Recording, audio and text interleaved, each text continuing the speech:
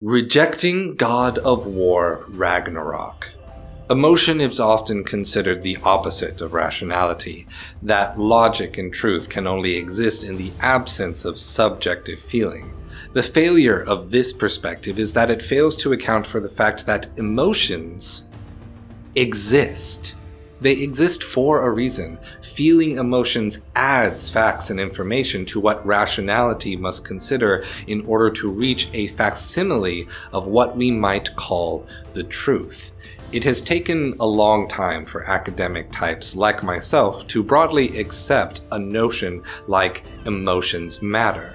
There have always been strains of discussing emotional intelligence in human discourse, from the conflict between the Hellenist Stoics and the Cynics to the negritude movements of Leopold Senghor and the emotive sensibility of the Negro soul, arguing that different cultures are more skilled at different ways of knowing through analytical reasoning or intuitive reasoning, or even the more recent concept of emotional intelligence created by Peter Salovey, John D. Mayer, and Daniel Goleman. In my previous video on God of War, I explored how the game expressed both the practicality of using emotion, particularly anger, as a tool to achieve one's goals. When an emotion arises, there is almost always a valid reason behind the feeling, the emotional intelligence. Yet the game also explores the limitations of that sort of post hoc pragmatism, that lacking in rational principles and beliefs to guide your actions means having no basis whatsoever for our choices. Pragmatism becomes momentary urges, neither reacting to emotional intelligence nor to rationality.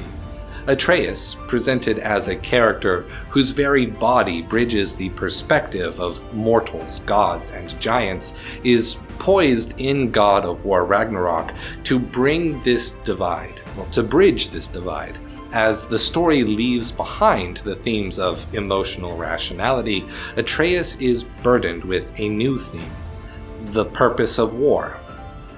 Rejecting violence.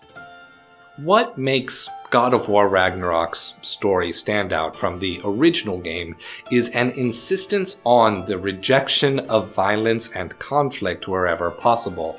All parties involved express a desire to avoid war at every turn, and yet fall into violence at each and every meeting. Kratos warily expresses the Greek ethic of hospitality to Thor at the beginning of the game. Odin claims to seek a truce, but the conversation ends in violence. Atreus demands that Kratos think like a general and not like a father. Kratos responds with a flat no. Tyr refuses to fight after being rescued from Odin's prison.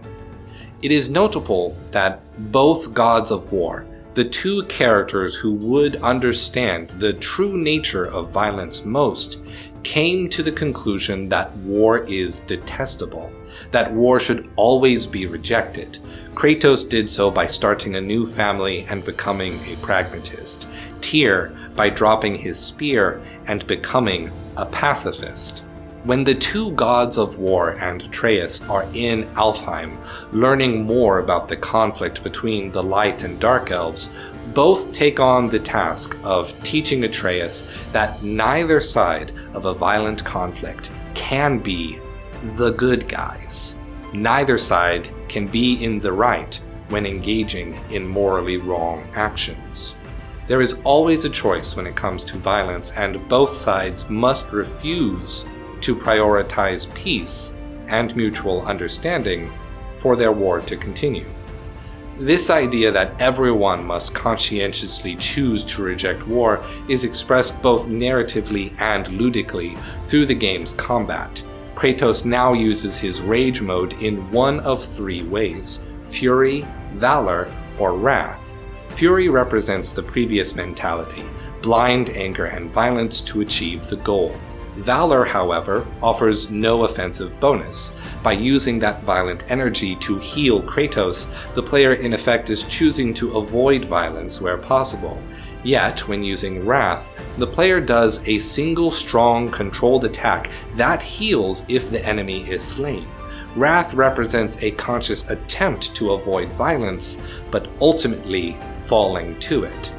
Or, when playing as Atreus, we have an occasion to go hunting, making time to contemplate the tragedy of another character's death.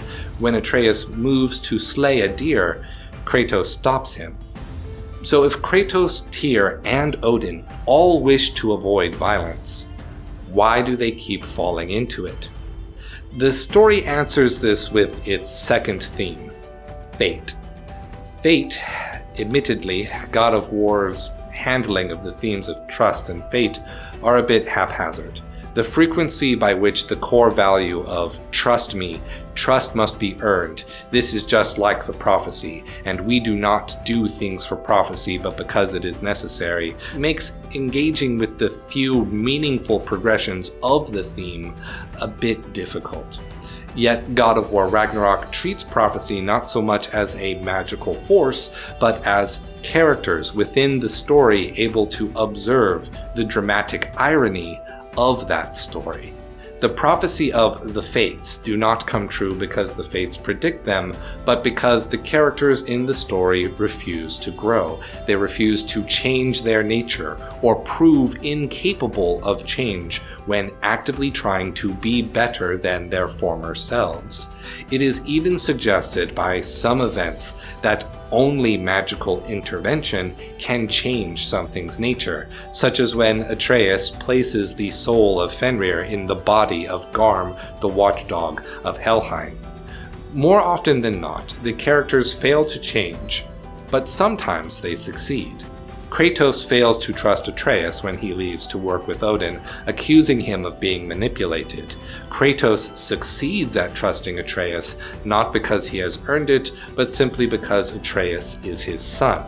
Kratos tries to spare Heimdall from his foretold death, but Heimdall's refusal to let go of pride pushes Kratos to choose to kill him. War and fate create a fundamental conflict in the story. There is always a choice to avoid violence when it occurs, but what can you do if the violent nature always means you choose wrong? Or if someone else's violent nature forces you to choose wrong? How it ends. The late game reveal that Odin is Tyr demonstrates how Odin, as the god of war, has been manipulating characters toward that path throughout the story.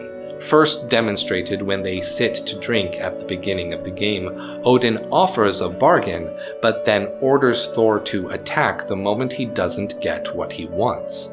Odin does not choose to avoid war, but rather uses violence as a threat to achieve his goals. When Brock confronts Tyr about the inconsistencies of his character, inconsistencies the player may not even notice beneath Tyr's calm and gentle demeanor, Odin loses control of the facade built upon the passive violence of his lies. In a literal mask-off moment, he shows his true nature. Odin's character represents the idea that the threat of war is itself an act of war, even if you lay the blame at someone else's feet. This isn't a story of both sides are wrong, it is a story of how if even one side fails to choose peace, then both sides must fall to violence.